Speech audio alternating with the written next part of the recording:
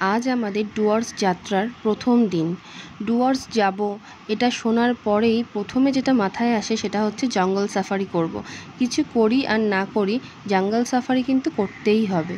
তো প্রথম দিনই আমরা দেখো বেরিয়ে পড়েছি সকালবেলা, খুব তাড়াতাড়ি ব্রেকফাস্টটা সেরে আমরা গাড়ি নিয়ে বেরিয়ে পড়লাম জঙ্গল সাফারি করতে। তো আজকে আমরা যাব গরুমারা জঙ্গল সাফারি করতে।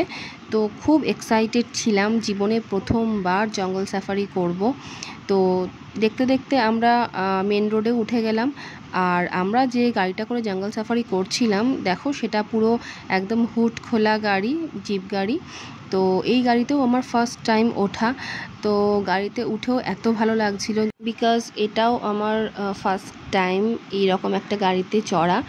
তো কিছুক্ষণ বসে বসে যাওয়ার পরে মনে হলো না, দাঁড়িয়ে দাঁড়িয়েই যাই, পুরো খুব সুন্দরভাবে দেখা যাবে। তো আমরা সবাই দাঁড়িয়েও পড়লাম। তো দাঁড়িয়ে দাঁড়িয়ে যখন যাচ্ছিলাম দেখো কি হাওয়া, বাপরে বাপ, কিন্তু একটা দারুণ লাগছিল। তবে এটা বলতে পারি যে আমরা যে জঙ্গল সাফারি করেছি, তো এটা চেষ্টা করেছি আমি পুরো ভিডিওটা তোমাদের সাথে শেয়ার করার। তো তোমরা যারা যারা জঙ্গল সাফারি করোনি তারাও মোটামুটি একটা আইডিয়া পেয়ে যাবে এই ভিডিওটা দেখলে, বিকজ যা যা আমরা দেখেছি বেশিরভাগটাই আমি এই ভিডিওটা করেছি। আর এই রাস্তাগুলো দেখো এত পরিষ্কার, আর সবথেকে বড় কথা কলকাতার রাস্তার মতো এত জ্যাম না, খুব তাড়াতাড়ি আমরা যেতে পারি। তো ফাইনালি এখানে আমরা জঙ্গলের ভিতরে ঢুকে গেছি। এখানে যত আমরা এগোবো ততই ঘন জঙ্গল ততই বাড়তে থাকবে। আগের দিন রাত্রিবেলা ভীষণ বৃষ্টি হয়েছিল, তো জঙ্গলের রাস্তাগুলো দেখো ভীষণ কাদা। তো গাড়িটা যাচ্ছিল যখন খুব ঝাঁকুনি হচ্ছিল আর অনেক প্রবলেমও হচ্ছিল গাড়িটা যাওয়ার সময়।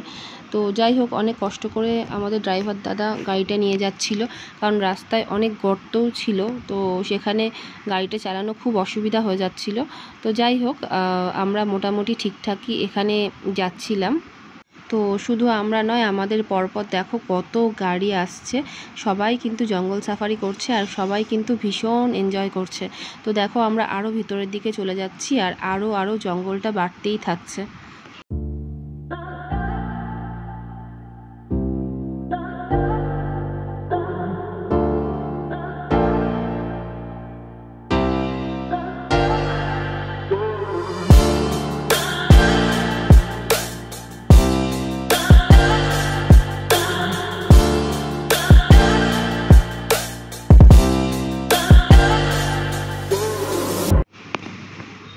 তো দেখতে দেখতে আমরা অনেকটাই এগিয়ে এসেছি, প্রায় জঙ্গলের মাঝামাঝি চলে এসেছি। আর দেখো একটা গাড়ির পাশে আর একটা গাড়ি চলতে পারছে না, রাস্তাটা এত সরু। তো কোনো রকমে আমরা সাইড করে এগোচ্ছিলাম, আর এমনিতেও তো রাস্তাটা এত খারাপ, আর বৃষ্টির জন্য তো আরোই খারাপ হয়ে গেছে। তো অনেক সাবধানে আমরা এগোচ্ছিলাম। আর কিছু দূর যাওয়ার পর আমরা এই দেখো ময়ূর দেখতে পেলাম। ময়ূরটা এত তাড়াতাড়ি উড়ে চলে গেল যে আমরা সবাই গাড়ি নিয়ে দাঁড়িয়ে পড়লাম, কিন্তু ময়ূরটাকে ক্যাপচার করতে পারলাম না। তো যাই হোক, এইখানটায় সব গাড়িগুলো এসে দাঁড়ায়, কারণ এটা হলো হাফ টাইম। তো এখানে এই উপরে উঠলে পুরো ভিউটা দেখা যায় জঙ্গলের। আর এখানে একটা ছোট রেস্টুরেন্ট টাইপেও রয়েছে, তো এখানে মানুষ চাটা খায়। আর এই যে সব গাড়িগুলো এসে দাঁড়াচ্ছে। তো এরপর আমরা এখান থেকে নেমে, পাশেই ছিল এই চায়ের বাগান, তো এই টি গার্ডেনের ভিতর গেলাম আর এখানে টুকটাক চা পাতা তুললাম আর কিছু চা পাতাও কিনলাম। তারপরে আমরা হাফ টাইম যেহেতু হয়ে গেছে আবার গাড়িতে বসলাম, বসে বাকি অর্ধেকটা জঙ্গলের দিকে এগিয়ে গেলাম।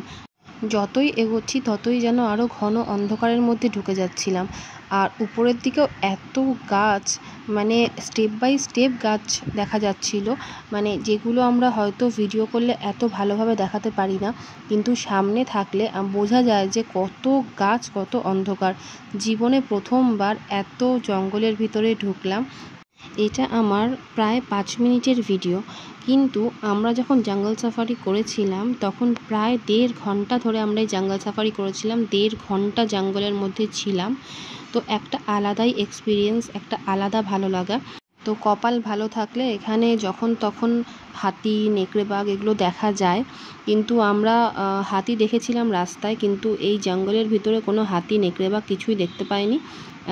টুকটাক বাদর ছিল আর ওই ময়ূর টয়ূর তো ছিলই। যাই হোক, আজকে জঙ্গল সাফারি কেমন লাগলো সবাই কিন্তু কমেন্ট করে জানিও।